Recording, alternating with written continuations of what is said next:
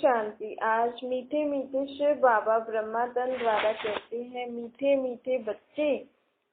बाबा कहते हैं, बच्चे, ओम शांति का अर्थ होता है ओम अर्थात मैं आत्मा, शांति अर्थात शांत स्वरूप। मैं आत्मा शांत स्वरूप हूँ। इस अर्थ को समझ के हमें मुख से ओम शांति कहना चाहिए। अपने स्वधर्म में टिको। मैं आत्मा शांत स्वरूप हूँ। मुझे आत्मा का धर्म क्या है? शांति। तो इसका अर्थ है अपने स्वधर्म में टिकना। अपना घर याद आना चाहिए। फिर घर में फिर कौन रहते हैं? अपने बाप। तो बाप की भी याद आना चाहिए। देखो, एक ओम शांति से हमें कितने सारी स्मृतियां आनी चाहिए। मैं आत्मा, मेरा धर्म शांति, मेरा बाप शांति मेरा बाप शांति का सागर। हम दोनों का, हम सबका घर है शांति धाम। बाप के बच्चे बने हैं तो बाप अभी हम बच्चों को फिर स्वर्ग का वर्षा भी देते हैं। तो ये भी याद आ जाना चाहिए कि अब मुझे मेरा बाप मिला है स्वर्ग का वर्षा देने।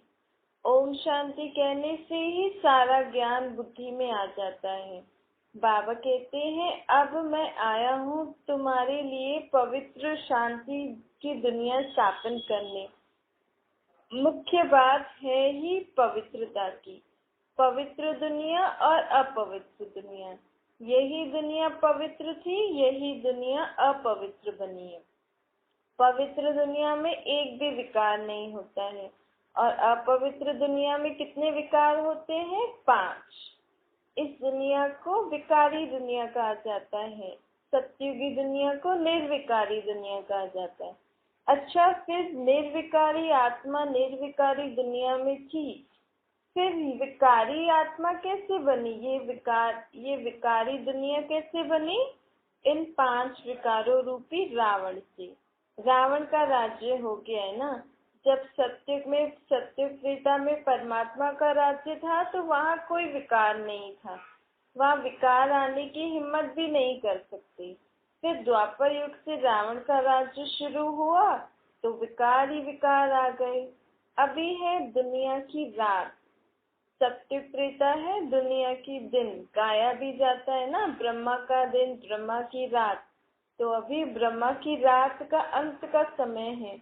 फिर सत्य त्रेता में ब्रह्मा का दिन होगा। बाबा कहते हैं, रात में तो मनुष्य कितना भटकते हैं ना। रात भटकने की होती है, रात में कुछ नजर नहीं आता। ऐसे ही दुनिया भी अज्ञान अंधेरे में भटक रही है। तो अब सभी आत्माओं का भटकना बंद कराने आया हूँ। उसमें भी मुख्य कौन सी स्मृति देता हूँ? तुम कौन, तुम्हारा बाप कौन, तुम्हारा घर कौन सा है। तुम बच्चों की सदगति करने बाप आए हैं। बाबा कहते हैं, देखो ये दुनिया तो है ही विकारी ना।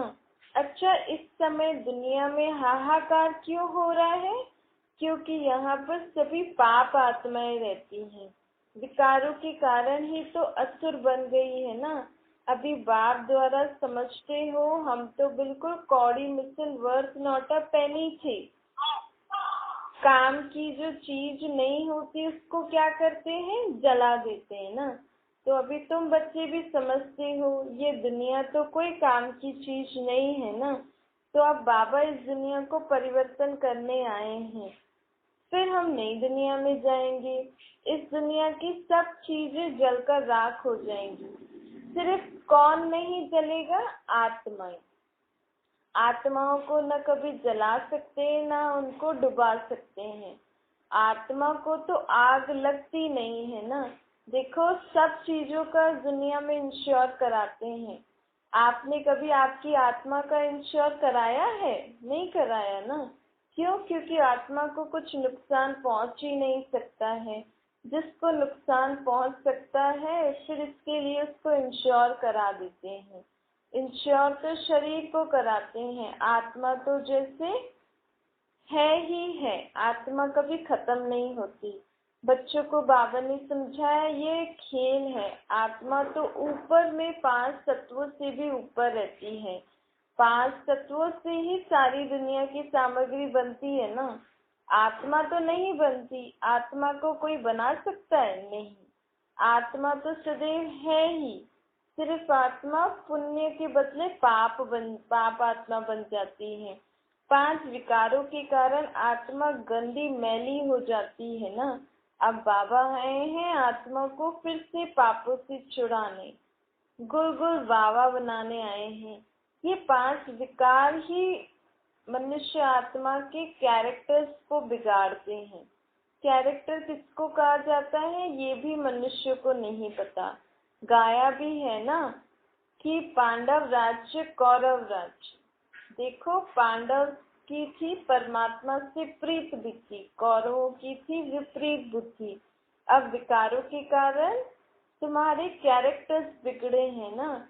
तुम्हारा उठना, बोलना, करना, चलना, सोचना आदि सब तरीके का जो सारा दिन आप कर्म करते हो, जैसे सोचते हो, जैसे व्यवहार करते हो, सब बिगड़ा है ना। इसीलिए बाबा अब हमारे कैरेक्टर्स को सुधारने आए हैं। ऐसा कोई स्कूल देखा जहाँ पे आपके कैरेक्टर्स को सुधारा जाता है? अभी तुम समझते हो कि हमारा बाप हमारा टीचर बनके हमारे कैरेक्टर्स को सुधार रहा है। बाबा कहते हैं ये एक ईश्वरीय गवर्नमेंट भी है। गवर्नमेंट का क्या काम होता है? दुनिया को संभालती है ना, अपने अपने देश को संभालती है, देशवासियों की मदद करती है, उनके लिए लॉज आदि बनाती है। तो बाबा ने भी अभी आके गवर्नमेंट खोली है, ये है ईश्वरीय गवर्नमेंट। इस गवर्नमेंट का काम है दुनिया में सुख शांति की स्थापना करना। दुनिया की गवर्नमेंट तो बहुत तरीके से उपाय कर चुकी, लेकिन दुनिया में और ही हाहाकार बढ़ता जा रहा है, और ही भ्रष्टाचार बढ़ता जा रहा है। लेकिन ये जो परमात्मा बाप ने जो अभी गवर्नमेंट बनाई है राम राज्य स्थापन करने में, वो करके ही दिखाएगी, चाहे कुछ भी हो जाए। इस ईश्वरीय गवर्नमेंट की जीत तो होनी ही है। इस समय ईश्वरीय गवर्नमेंट सभी आत्माओं को पावन बना रही है। आत्माओं के पावन बनने से ही दुनिया में सुख शांति आएगी। फिर पावन आत्मा पावन शरीर लेगी तो देवता कहलाएगी, नहीं तो फिर देवता कहाँ से आएंगे ये तो कोई जानता नहीं ना। अब कलयुग के बाद सत्युग आना है, तो फिर वहाँ पे देवी देवताओं जैसे मनुष्य कैसे होंगे? ये गुप्त ईश्वर गवर्नमेंट यही काम कर रही है। किसके साथ? ईश्वर के साथ। मनुष्य को देवता बनाने का कार्य कर रही है। देवी देवताएं तो स्वर्ग में होते हैं ना, तो स्वर्ग में थोड़ी देवी देवताओं जैसा बनेंगे। बनना तो कलयुग के अंत में ही है, फिर वहां बन के जाएंगी। स्वर्गवासी बनना है ना, अभी नरकवासी है, फिर कल हम स्वर्गवासी होंगे। आज और कल का ही तो खेल है, ज्यादा समय थोड़ी लगता है। लोगों ने तो लाखों वर्ष कह दिया है, परंतु बाबा कहते हैं ये तो आज और कल का खेल है। आज हम कलयुगी नरकवासी हैं, कल हम सत्युगी स्वर्गवासी होंगे। सत्युग स्वर्ग को कहा जाता है ना। सत्युग में सत्युग त्रेता मिला के स्वर्ग होता है। सत्युग होता है फुल स्वर्ग, त्रेता होता है सेमी स्वर्ग। अभी बाबा ने हमें ये सब बातें बताई हैं। बाबा कहते हैं ये पढ़ाई भी है। कौन सी पढ़ाई है? पावन बनने की पढ़ाई। आत्मा पतित बन जाती है तो बाबा उसको पावन बनने की पढ़ाई भी पढ़ाते हैं। इसको हम धंधा भी कह सकते हैं। अब परमात्मा बाप ने अपना धंधा खोला है यहाँ पर आके। दुनिया में कई प्रकार के धंधे हैं ना। देखो बाबा कैसे अलग अलग रीति से हमें समझा रहे हैं। आपको जो भी अच्छा लगे आप वो मान सकते हो। अगर आपको गवर्नमेंट के कायदे अनुसार जैसे गवर्नमेंट चलती है वैसा सब कुछ अच्छा लगता है तो आप समझ लो बाबा ने अभी गवर्नमेंट खोली है। अगर आपको पढ़ाई अच्छी लगती हो तो आप इस ज्ञान को इस रीति सुनो कि बाबा मुझे पढ़ा रहे हैं।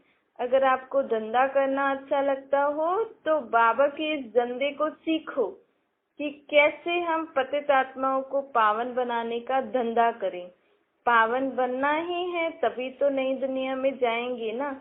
तो ये बाबा कहते हैं ये मेरा धंधा भी है, तुम भी मेरे इस धंधे में मददगार बन जाओ, तुम भी पावन बनो, सभी को ही बोलो कि पावन बनो, बाबा को याद करो तो आत्मा पावन बन जाएगी। ये ज्ञान इस संगम युग पे ही मिलता है, पवित्र बनने का हथियार है।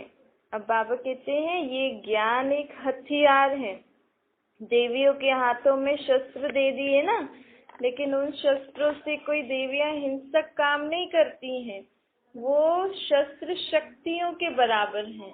अर्थात जिसे बाबा कह रहे हैं पवित्रता एक हथियार है, अर्थात पवित्रता की शक्ति से आप अपने जीवन में कई बुराइयों, कई ऐसी बातों से मुक्त हो सकते हो। पतित पावन एक बाबा को ही कहा जाता है, बाबा को ही तो सब बुलाते हैं ना, आकर हमें पावन बनाओ। लक्ष्मी नारायण स्वर्ग के मालिक थे, 84 जन्म लेते लेते वो भी पतित बने हैं, इसीलिए तो श्याम सुंदर नाम रखा है। परंतु मनुष्य अर्थ थोड़ी समझते हैं।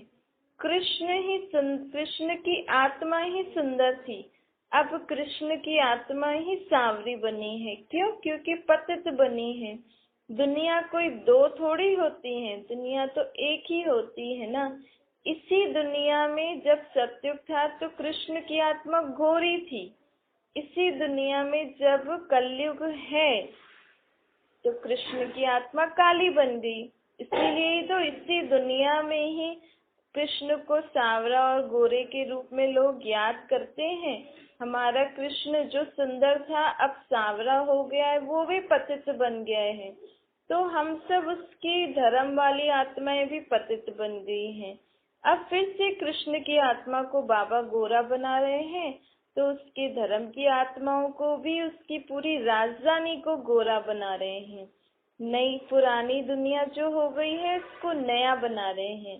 देखो, पहले यही दुनिया नई थी, यही पुरानी हुई है। जैसे बाबा उदाहरण देते हैं, पहले छोटे बच्चे होते हैं ना, फिर बड़े बन बूढ़े होते हैं, तो दुनिया भी ऐसी ही थी, पहले नई थी अब पुरानी हो गई है। कितनी सहज बात है, कोई दुनिया दो थोड़ी है। अब हम अपनी राजधानी स्थापन कर रहे हैं। देखो, राधे कृष्ण लक्ष्मी नारायण कितने मीठे हैं ना, तो उनकी पूरी राजधानी को भी मीठा बनना है। बनाने वाला स्वयं ही भगवान इतना मीठा है, तो उनका राज्य भी कितना मीठा होगा, उनके राज्य की पालना करने वाले भी कितने मीठे होंगे। यहाँ लड़ाई आदि की बात नहीं है। हम अपना राज्य बाबा की मत पर अहिंसक रीति से स्थापन कर रहे हैं, योग बल से। भगवान कितना समझदार और नॉलेजफुल है ना, तभी तो उनका मंदिर आदि बना के कितना नमन करते हैं, शिव के मंदिर में जाकर नमन करते हैं ना। परंतु वो कौन है, कहाँ रहते हैं, क्या करते हैं, कोई नहीं जानता है। बस लिंग बनाकर पूजा आदि करते हैं, शिव काशी विश्वनाथ गंगा बस कहते रहते हैं, अर्थ नहीं समझते। अब बाबा हमें सब अर्थ समझाते हैं। बाबा कहते हैं तुमने पत्थरों की मूर्तियां बना बना के अपने आप को पत्थर बुद्धि कर दिया है, अब मैं तुम्हें सबका चैतन्य राज समझाता हूँ यथार्थ, तो तुम्हारी बुद्धि पारस बन जाएगी। हंस जो होते हैं वो कभी किसी को दुख नहीं देते। हंस था जो हमेशा मोती चुगते हैं, हमें भी हंस मुआफिक बनना है, कभी किसी को दुख नहीं देना है। बगुले जो होते हैं वो बाबा कहते सभी को दुख देते हैं, बगुलों को असुर कहा जाता है, उनको पहचान नहीं रहती ना। तो बाबा हमें कहते तुम्हें भी हंस मुआफिक बनना है, हमेशा मोती चुगने हैं, अच्छी अच्छी बातें सुननी है, सुनानी है और सोचनी है। देखो, बाबा कहते हैं कि देवी देवताएं कितने पवित्र थे जो अब अपवित्र बने हैं। बाप समझाते हैं पवित्रता तो बहुत अच्छी होती है ना, पवित्रता से हमारी आयु बढ़ती है। इससे पतित दुनिया में लोगों की आयु कितनी कम हो गई है ना। मुख्य इस अपवित्रता के कारण ही आयु घटती है। अब फिर से पवित्र बनो तो तुम्हारी आयु सतयुग में बहुत लंबी रहती है। 150 साल जीते हैं लोग, उसके बाद भी 150 साल के बाद भी आत्मा स्व इच्छा से शरीर छोड़ती है। ये पतित दुनिया में ये शरीर रूपी कपड़ा भी पतित है ना। अब इस पतित शरीर रूपी कपड़े को हमें उतार कर जाकर सत्युगी दुनिया में नया शरीर रूपी कपड़ा लेना है। तो आत्मा को भी तो पावन बनाना पड़ेगा ना। नर्क कितना बड़ा है, स्वर्ग तो बहुत छोटा होता है, क्योंकि वहाँ एक ही धर्म होते हैं ना, लोग भी थोड़े से होते हैं। यहाँ तो कितने ढेर धर्म है, कितने ढेर लोग हैं ना। सभी मनुष्य तन में जो आत्माएं हैं सब उस परमात्मा को अलग अलग नाम से याद करती तो हैं, लेकिन उनके बारे में यथार्थ परिचय नहीं है। पावन दुनिया में लक्ष्मी नारायण का राज्य था, तो अब वही आत्माएं पुनर्जन्म लेते लेते जब पतित बन जाती हैं तो उनको ब्रह्मा सरस्वती का पाठ बजाना पड़ता है। शिव बाबा ही उस तन में आकर उसको ब्रह्मा नाम देते हैं। फिर सरस्वती की आत्मा ज्ञान सुन पहले नंबर में धारण करती है। शिव बाबा तो अनादि है ही ना, वो अनादि क्रिएटर है। आत्माएं भी अनादि हैं, कभी मरती थोड़ी हैं। आत्मा भी अनादि, परमात्मा भी अनादि, तो ये खेल भी अनादि है। खेल भी कभी खत्म नहीं होता है, चलता ही रहता है। अनादि बना बनाया ड्रामा है ना। अब मुझ आत्मा को सृष्टि चक्र के आदि मध्य अंत के ड्यूरेशन का ज्ञान मिला है, तो मैं भी सुनकर धारण करूं, औरों को भी सुनाकर धारण करूं। यही हमारा धंधा है। तो 21 जन्मों के लिए अब बाप की स्थापना की हुई धर्म में जाने वाले हो। फिर रावण के राज्य में तुम बाप से निधन पिछड़ जाते हो ना, बाप की और अपनी पहचान भूल जाते हो। बल करके सत्युग त्रेता में भी हमें बाप की पहचान तो नहीं रहती, पर फिर भी बाप की स्थापन की हुई धर्म में तो रहते हैं, तो सुख शांति तो रहती है ना। जब हम रावण के राज्य में आते हैं तो स्वयं को भी भूल जाते हैं और फिर बाबा का दिया हुआ राज्य भी खत्म हो जाता है। अब तुम जब से रावण राज्य में आए हो तो तुम्हारे कैरेक्टर्स कितने बिगड़ गए हैं ना, विकारी बन गए हो तुम। मनुष्य समझते हैं नर्क और स्वर्ग तो सब इकट्ठे चलते हैं।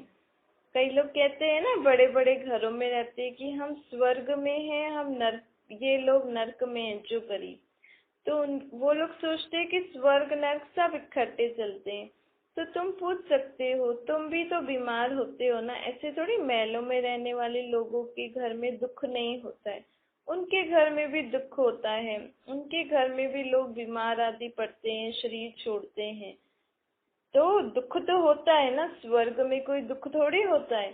स्वर्ग अर्थात जहाँ दुख का नाम निशान नहीं हो, संपूर्ण निर्विकारी दुनिया। मुझे तो बड़े घर वाले भी बुलाते हैं ना, जो महलों में रहते हैं। अगर वो स्वर्ग में है तो मुझे क्यों बुलाते हैं, जबकि स्वर्ग में तो मुझे कभी बुलाते ही नहीं है। जब बुलाते हैं इसका मतलब वो भी नर्क में है, पर वो साहूकार हैं, लेकिन वो भी नर्क में, वो भी दुखी होते हैं। दुख में ही तो भगवान को याद करते हैं। जब सत्युगी सुख होगा तो मुझे तो कोई याद ही नहीं करेगा। मुझे बुलाते ही हैं कि आकर हमें पावन बनाओ, हमारे कैरेक्टर सुधारो, हम पतित बन गए हैं, हम दुखी पापी हो गए हैं। अब मैं तुम सबको फिर से सुधारने आया हूँ। फिर तुम जब सुधर जाओगी तो फिर सत्युगी दुनिया में आओगी। अब बाबा तो हर 5000 साल में एक बार आकर अपना कार्य करके चले जाते हैं। फिर ये ज्ञान भी प्राय लोप हो जाता है, गुम हो जाता है, क्योंकि सत्युग में तो ज्ञान की दरकार नहीं रहेगी। वहाँ तो हम जो अभी सीख रहे हैं उस अनुसार प्रारब्ध भोगेंगे।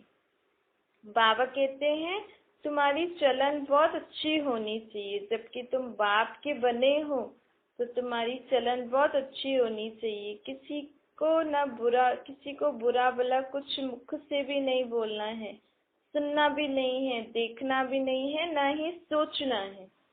हमें इच्छा मात्र अविद्या बनना है, कोई इच्छा नहीं रखनी है। इस दुनिया में, पतित दुनिया में इच्छा रख के क्या करना है? अभी तो हमारी एक ही इच्छा होनी चाहिए कि हम बाप समान बन जाएं। जैसा हमारा बाप है, हम आत्माएं भी वैसा बनकर फिर बाप के साथ साथ जाएं, फिर सत्युगी दुनिया में उच्च पद पाएं। महान पाप आत्माएं भी यहाँ है ना। देखो रावण क्या क्या करा देता है।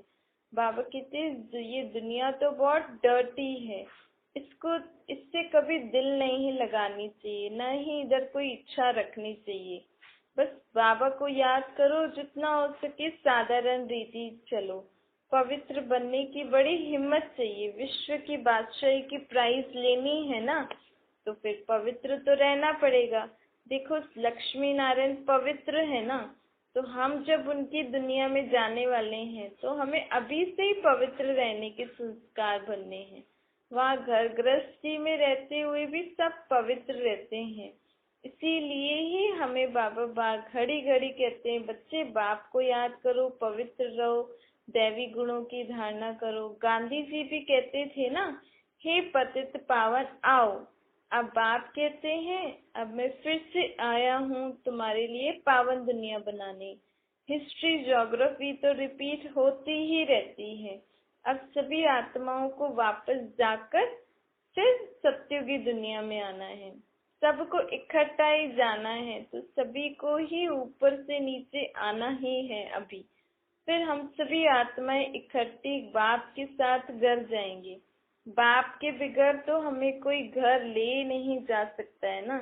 तो बाबा कहते हैं, अगर बाप के साथ साथ चलना है तो पवित्र जरूर रहना है। मनसा वाचा कर्मणा, किसी को दुख नहीं देना है। देखो ये जो बाबा ने जो यज्ञ रचा है, राजस्व अश्वमेघ अविनाशी रुद्र ज्ञान यज्ञ, इस यज्ञ से हमें स्वराज्य मिलता है। नाम ही है ना राजस्व, अर्थात आत्मा को अपना राज्य मिलता है। आत्मा अपने सर्व कर्मेंद्रियों पर राज्य प्राप्त करती है। इस यज्ञ में पुराना शरीर भी हमारा स्वाहा हो जाता है। बाप का बन जाते हैं ना, आत्मा शरीर को भूल आत्मा अभिमानी बन जाती है, बाप की बन जाती है। ये यज्ञ कोई मकान नहीं है, न ही कोई कुंड है। यह तो ये स्थान है जहाँ पे बाप को याद करके बच्चे ज्ञान सुनाते हैं। मनुष्य का जीवन हीरे जैसा बन जाता है, जो कि कौड़ी मिसल बन गया है ना।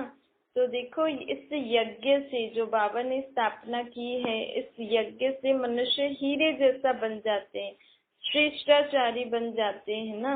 इसलिए बाबा कहते भले जितना भी हो सके, जहाँ भी हो, बाप को याद करते रहो और औरों का जीवन श्रेष्ठाचारी बनाते रहो। यज्ञ उसको कहा जाता है जहाँ पर बाबा के बच्चे बैठकर बाबा का ज्ञान सुनाएं और औरों का कल्याण करें, उसको कहा जाता है यज्ञ भूमि। दुनिया में तो यज्ञ के लिए कुंड आदि रचते हैं ना, लेकिन यहाँ जो बाबा घड़ी घड़ी कहते हैं कि बाबा ने यज्ञ रचा है, इसका मतलब ये क्या है? इसका मतलब क्या है? जहाँ भी बाबा के बच्चे बैठे हैं और बाबा का ज्ञान सुना रहे हैं, जिस ज्ञान से मनुष्य का जीवन सुधर रहा है, श्रेष्ठाचारी बन रहे हैं, कल्याण हो रहा है दुनिया का, वो स्थान यज्ञ भूमि हो जाती है। इस यज्ञ का कितना मान होना चाहिए ना, क्योंकि शिव बाबा निराकार परमात्मा ने ये यज्ञ क्यों रचा है? दुनिया को परिवर्तन करने के लिए। दुनिया को परिवर्तन करने से पहले हमें स्व को परिवर्तन करना पड़ेगा। मैं आत्मा पहले परिवर्तन हूँ, तभी तो दुनिया को परिवर्तन कर सकेंगे ना। देखो अंतकाल अचानक कोई भी कभी भी शरीर छोड़ दे रहा है, ठीक है, तो हमें अंत समय जो भी हमने पाप किए होंगे वो सब किच्चड़ पट्टी सामने आएगी। इसलिए बाबा कहते बच्चे अभी समय है, जितना हो सके बाप को याद करके अपने विक्रम विनाश कर लो, अपने को पुण्य आत्मा बना लो। जितना दिल साफ रखोगे बाबा से, अर्थात जो भी मन में है, जो कुछ भी पुराना आपको कुछ याद है, या जो भी मन में ऐसी बातें हैं वो सब बाबा को सुना दो, तो फिर वो अंत घड़ी हमारे सामने नहीं आएंगी और हम बाबा की याद में रहकर अपना ये पुराना शरीर छोड़कर फिर परम धाम में जाके फिर सत्युगी नई दुनिया में आएंगी। और यही समय है ना, बाबा के कहते हैं ना, अंतकाल कभी भी आ सकता है, तो जितना भी समय मिला है तो आत्मा बाप को याद करके अपना स्वराज्य पद पाले, अपनी सर्व कर्मेंद्रियों पर, अपनी सर्व पुराने संस्कार स्वभाव पर विजय प्राप्त कर ले। और कौन से स्वभाव संस्कार धारण कर ले? दैवी स्वभाव संस्कार धारण करना है, क्योंकि अभी हमें आगे कहाँ जाना है?